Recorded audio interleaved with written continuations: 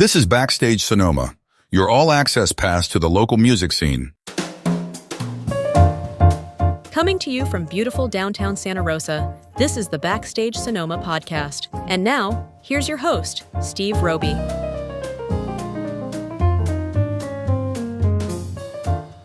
Welcome to Backstage Sonoma. I'm your host, Steve Roby. Today we have a very special guest who's keeping the spirit of the Grateful Dead alive in a fresh and exciting way. Joining us is Nick Swift, guitarist and vocalist for Barely Dead, a band that's not just another Grateful Dead tribute, but a cosmic exploration of the band's vast catalog. From deep cuts to improvisational jams, Barely Dead delivers a live experience that stays true to the Dead's essence while adding its own creative spin. In this interview, we'll dive deep into their unique approach to Grateful Dead music, the energy of their live shows, and how they've grown from a Boston residency to a nationally touring act. So, whether you're a longtime Deadhead or just a fan of great live music, stay tuned. You won't want to miss this one. Let's begin with their take on New Speedway Boogie. Here's Barely Dead on Backstage Sonoma.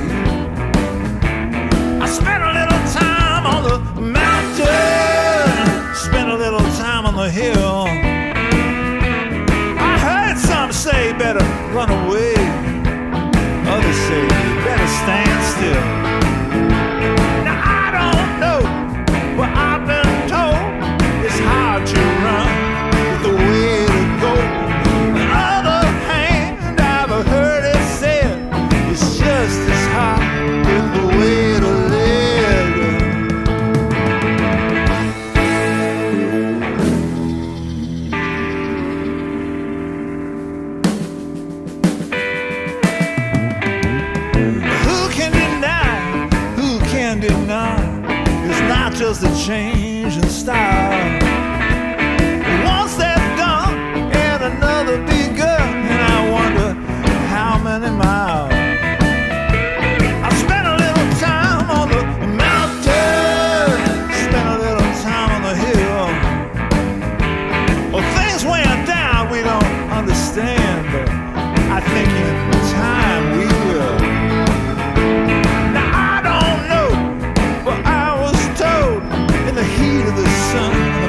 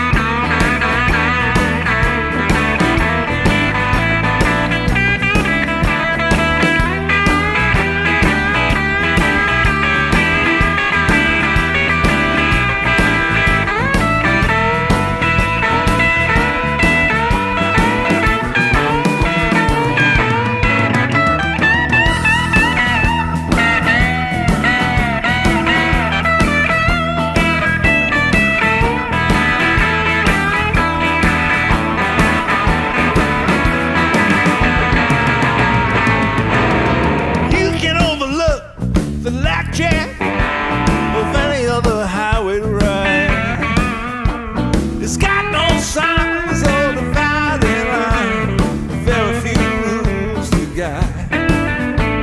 I spent a little time on the mountain, spent a little time on the hill. I saw things getting out of hand, but I guess they always will. Now I don't know, but I've been told if the horse don't pull, you got to carry the load. Oh, I don't know whose back's that strong. We'll maybe find out before too long. One way or another, one way or another, one way or another, this darkness has got to give. One way or another, one way or another, one way or another, this darkness has got to give.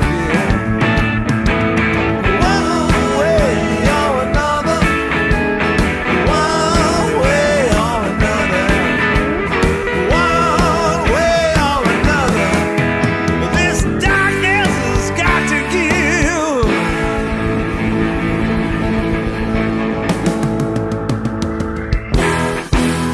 It's Barely Dead with a performance of New Speedway Boogie. Guitarist Nick Swift is my guest today. I'm Steve, and this is Backstage Sonoma. Hey, Nick, welcome to the show. I'm so glad you're here today. Hey, Steve. Thanks for having me on. We just heard a bit of New Speedway Boogie.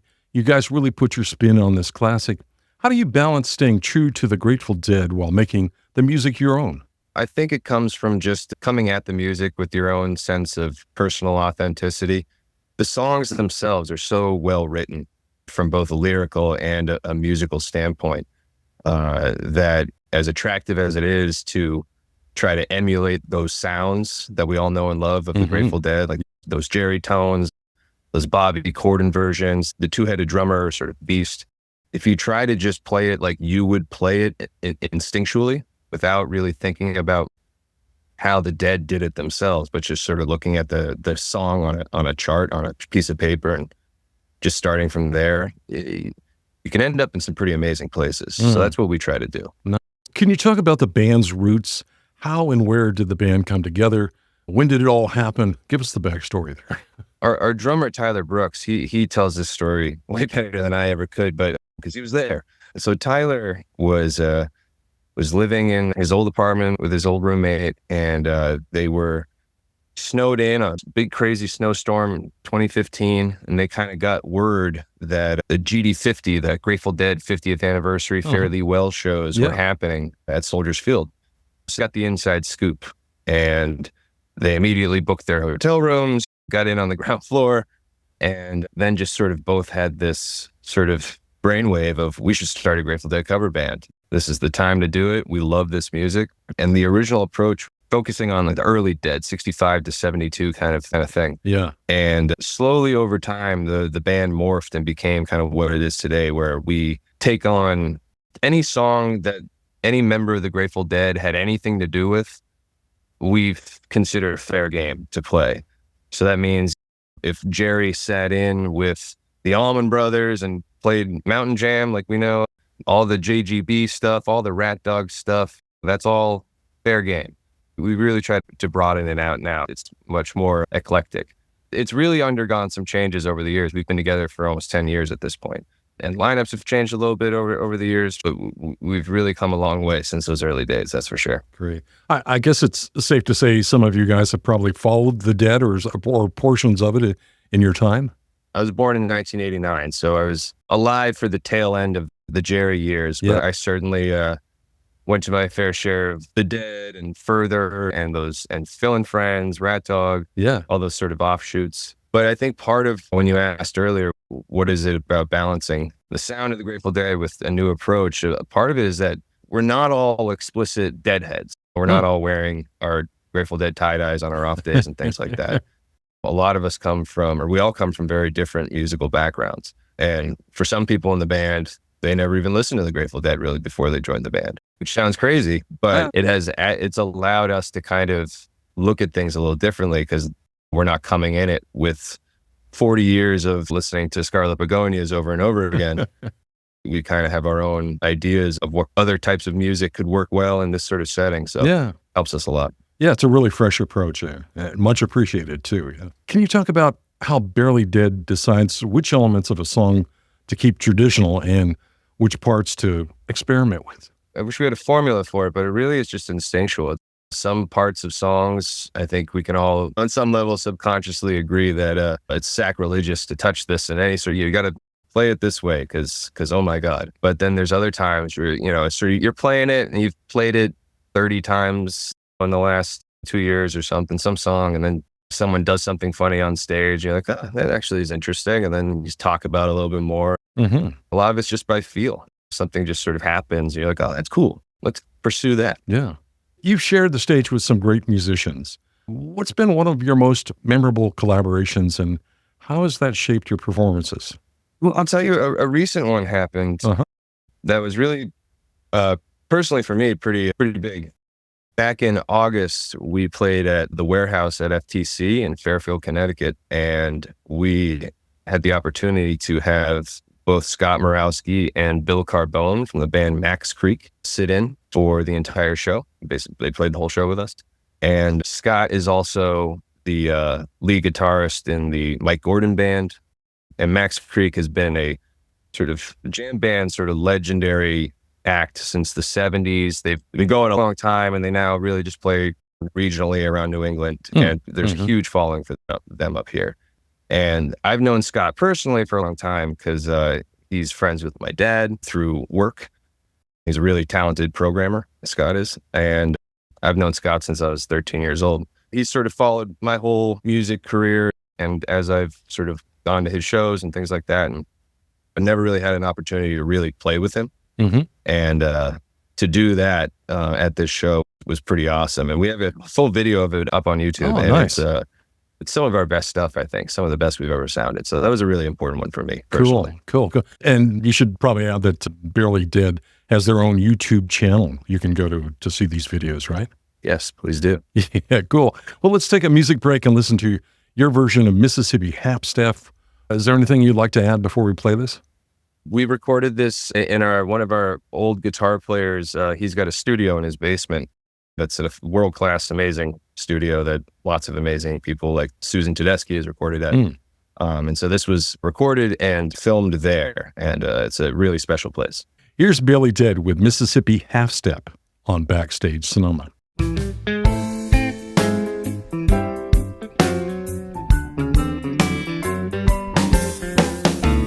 On the day when I was born, Daddy sat down and cried. I had the mark just as plain as day, which could not be denied. They say the king called Abel, rolling loaded dice. The ace of spades behind his ear, and him not thinking twice. Half-step, Mississippi uptown, a toodaloo. Hello, baby, I'm gone, goodbye. Half a cup of rock and rye. Farewell to you, old southern sky, and I'm on my way, on my way.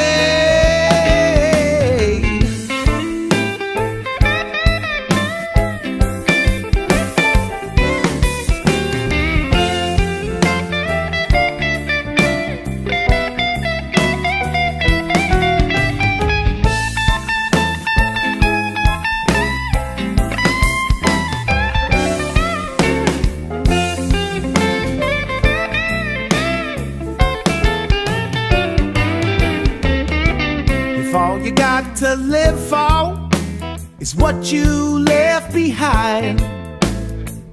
Get yourself a powder charge and seal that silver mine. I lost my boots in transit bay, pile of smoking leather. I nailed a retread to my feet and prayed for better weather.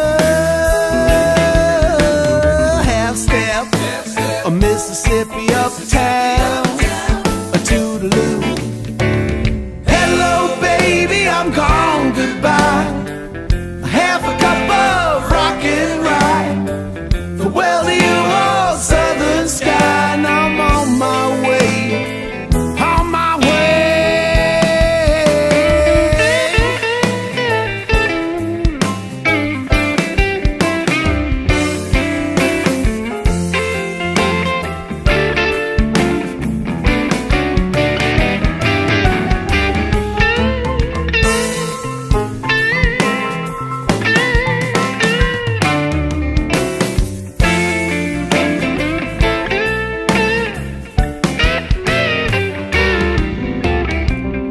say that when your ship comes in, the first man takes the sails, the second takes the after deck, the third the planks and rails.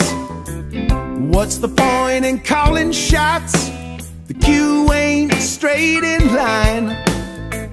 A cue ball's made of styrofoam, ain't no one got the time. Half step, Mississippi uptown, a toodaloo. Hello baby, I'm gone, goodbye. A half a cup of rockin' rye. Well, to you old southern sky, and I'm on my way, on my way, on my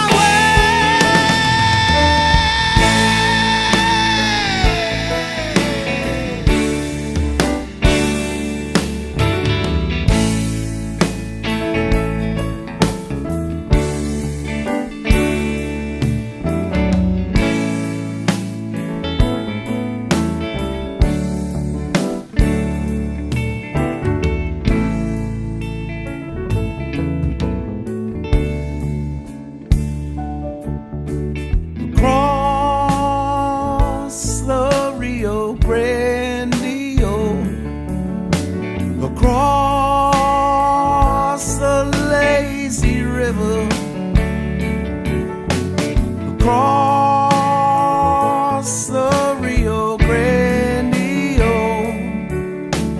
across the lazy river. Across the Rio Grande, across the lazy river, across the Rio Grande, across the lazy river. Yeah.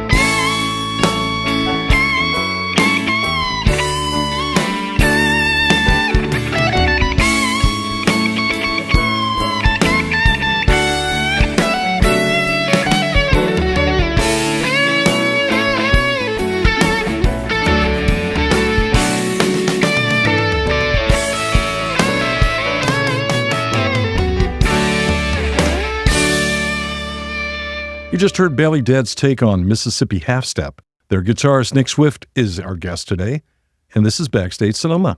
Nick, Bailey Dead has grown to a nationally touring band. What has surprised you most about the evolution of the band and the community around it, your fans?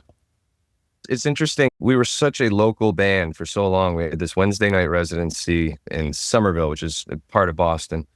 And every Wednesday for 7-8 years, right up to the pandemic. And then post-pandemic, the club that we had our residency at, it closed because of COVID. And when we moved to we tried a couple different clubs after the lockdowns kind of ended to bring back the residency, but it just wasn't really quite the same in terms of attendance.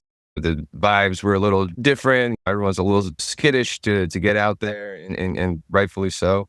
And it just wasn't quite working the same way. And we had all kind of in the past talked about hitting the road, getting out there and putting this thing outside of these New England confines, which is always quite difficult when you're a Grateful Dead cover band, because every town in America has 5 Grateful Dead tribute acts. You can throw a stone and hit a bar that's got a Dead band playing on any given night. Especially here in the Bay Area.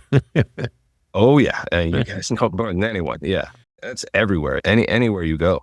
When you're one of those early bands, one of those up and coming younger Grateful Dead acts, and you're trying to put yourself out there, and you're hitting up these different markets because you're grassroots. You don't have necessarily a full marketing team behind you at the time when we were or a booking team behind us at the time when we were doing this, and we just kind of had to send out hundreds of emails and hope to get back a few, and we did. And I think what's been amazing is because that always felt like such an interesting gamble. But we really just wanted to see how this would translate outside of, okay, we know these guys, they love us. We've been playing for them for years. What happens if we go 3,000 miles away? And what we found is that it's an amazing community no matter where you go. Yeah, isn't that amazing? And you have your different, especially like in the Bay Area, your very intense breed of Deadheads. You guys are ground zero for it. So it's definitely a different experience, but it's all the same kind of, it's a little different flavor, but it's the same food. You know what I'm saying? It's an amazing thing to witness all these different pockets of people from Charleston, South Carolina, and Cleveland, Ohio, Seattle, Washington, San Francisco. But there's this common thread throughout of just that Grateful Dead, Deadhead positivity and family community sort of atmosphere that they generate everywhere they go. Absolutely. And so that's been an amazing thing to experience. Yeah. I had the pleasure of growing up in San Francisco. I'm a native San Franciscan during the height of the Haight-Ashbury heyday there. So it was pretty wild to have the Grateful Dead just down at Golden Gate Park and everything like that. And just, they were on the radio all the time. And they still get a decent amount of airplay here. So when you play the Bay Area, compared to different places around the country, is there a certain vibe here that you pick up from the audiences? Yeah, definitely. You definitely feel, I don't know really how to put it in the words, but you get this sense that you're sort of in the place where it all began. And everyone's positive and rooting for you, but you kind of do feel a little bit of pressure, you know what I'm saying? To deliver, to make them proud. And especially because what we do is such a departure from maybe what they're used to. I do not have a envelope filter on my board. I can't go waka waka like Jerry. We don't have a second guitar player. We have a lead singer who's hyped up and jumping around and screaming and doing all sorts of crazy stuff. Like, it's not your general Grateful Dead show. And when you bring that new experience to a market that may not necessarily be used to that or expecting that, you can kind of sort of cross your fingers and hope it goes. But we've got nothing but love from the people we've played for out west. So that's hoping it continues. That's good to hear. Yeah. I don't think people want to come out and see a clone band. So they want to see something experimental like you guys do. We hope. Yeah. Hey, looking ahead, do you have any plans to incorporate original material along the Grateful Dead catalog you play? It's a very good question. And it's something I'll just be honest, we've been wrestling with for a while. We've seen acts like, I believe Dogs in a Pile is one of those acts that, at least from what I've been told, they started as a Grateful Dead tribute act and transitioned to an originals act. And that's why they have the name Dogs in a Pile, which is a well-known Grateful Dead lyric. It's always been a question for us, like, do we want to do this? Do you not want to do this? And it's hard with the Dead in the name, Barely Dead. Yeah. It's a little scary to kind of take that leap because people aren't necessarily coming to your show they want to hear the stuff they know. Yeah. But we keep talking about it more and more. So never say never. I guess there's a little leeway in Barely, like not always the Dead, but barely. Exactly. Yeah, great. Hey, let's play another track. This is your version of Playing in the Band. Anything you'd like to add about this one before we start it out? This one was recorded live at Soundcheck Studios in Pembroke, Massachusetts, I should say, which is a really cool venue that we have sort of outside the Boston area. And I love the jam on this one. Yeah, it's good. Well, let's check it out now. This is Playing in the Band by Barely Dead here on Backstage Sonoma.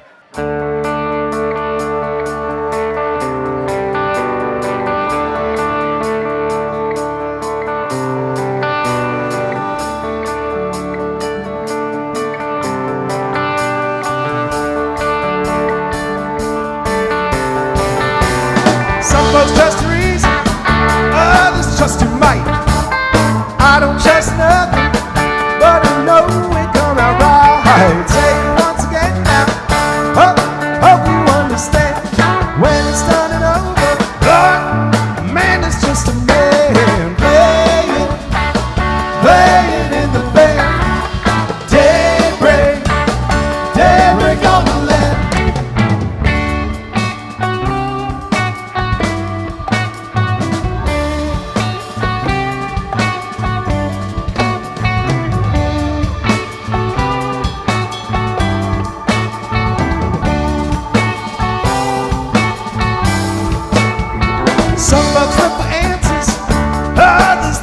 lights. Some folks up in treetops, just enough to see the sights. I can tell the future, oh, just look what's in your head. I can't stop for nothing, I'm just playing in the band. Playing, playing in the band. Daybreak, daybreak on the land.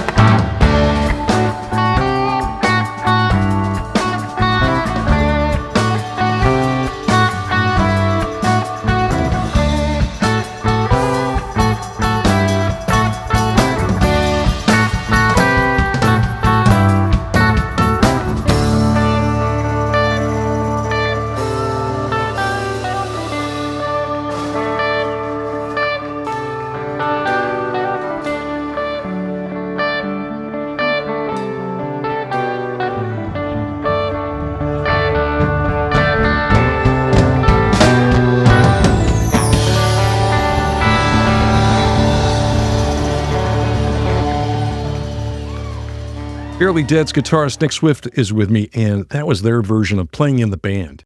Nick, with over 250 songs in your repertoire, how do you select songs for a live performance, especially knowing that no two shows are ever the same? This is going to get into a little bit of nerd territory, Okay. but I actually have a spreadsheet. Oh, wow. Okay. I've grown up loving to make little weird spreadsheets. They're just fun to see it all come together. Years ago, back in like 2017 probably, I started to keep track of all the songs we played and the set lists.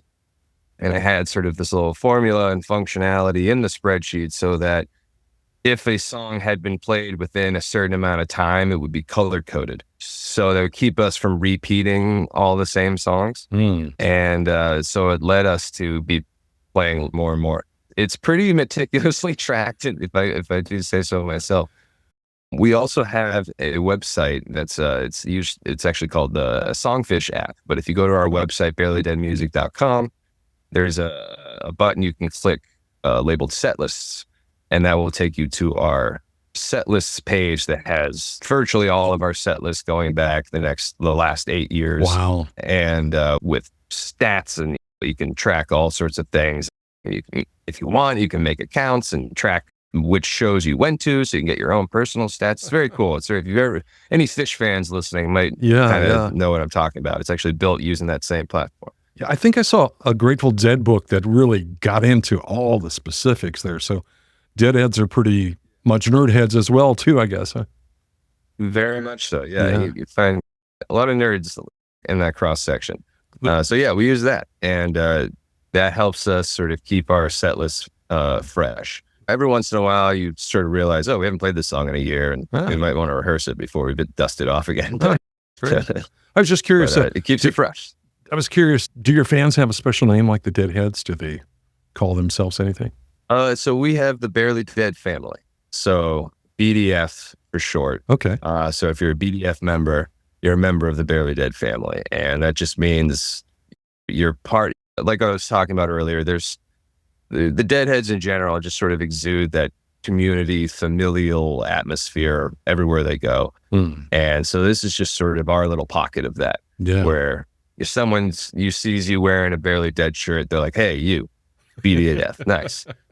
We actually have Barely Dead family t-shirts as well, so you can fully label yourself if you really want to.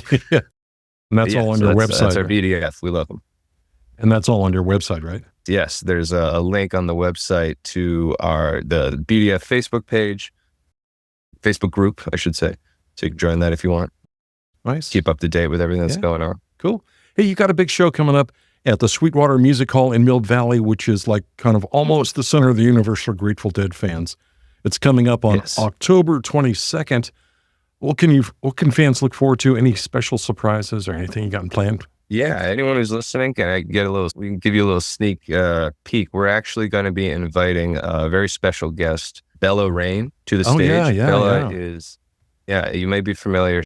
She's tearing it up out there. She's killing it, and she's awesome. And she played with us last year she sat in for one song. She basically just reached out and asked, and we checked out her videos and saw her playing. We're like, oh, this girl's really good. Yeah. We're like, yeah, come in, sit in for a song. And she came and played on Dancing in the Street, and she was awesome. She is so young, and that's like what's so cool. And her parents were there, and that was the thing that made me the happiest, was seeing how her parents were there supporting her in this whole endeavor, which is clearly like she wouldn't be able to do this without them. I know that as someone who's been going through it, I couldn't do it without my parents. And they were clearly keeping her both safe, but also allowing her to get out there and really experience some amazing stuff. Nice. And so we had a great time playing with her last year. We wanted to do it again, and she was gracious enough to accept. So she'll be playing with us at Sweetwater. Mill Valley, yeah. Hey, that sounds like quite a show. And let me remind our listeners, Barely Dead will perform at Sweetwater Music Hall in Mill Valley on Tuesday, October 22nd. Doors open at 7 p.m. and showtime is 8 p.m. You can pick up tickets right now online at sweetwatermusichall.com. Hey, Nick, thanks so much for your time today, and have a great show in Mill Valley. Thanks, Steve. I appreciate you having me on. Nick Swift, everyone. Backstage Sonoma will be right back. Hey musicians, would you like to be a guest and promote your upcoming concert and latest release? It's easy. Just email the host at backstagesonoma@gmail.com. Now, let's get back to the show. Thanks for listening to the Backstage Sonoma podcast. Join us next time for more great interviews and music from local and touring musicians. You can find us on the web at backstagesonoma.com.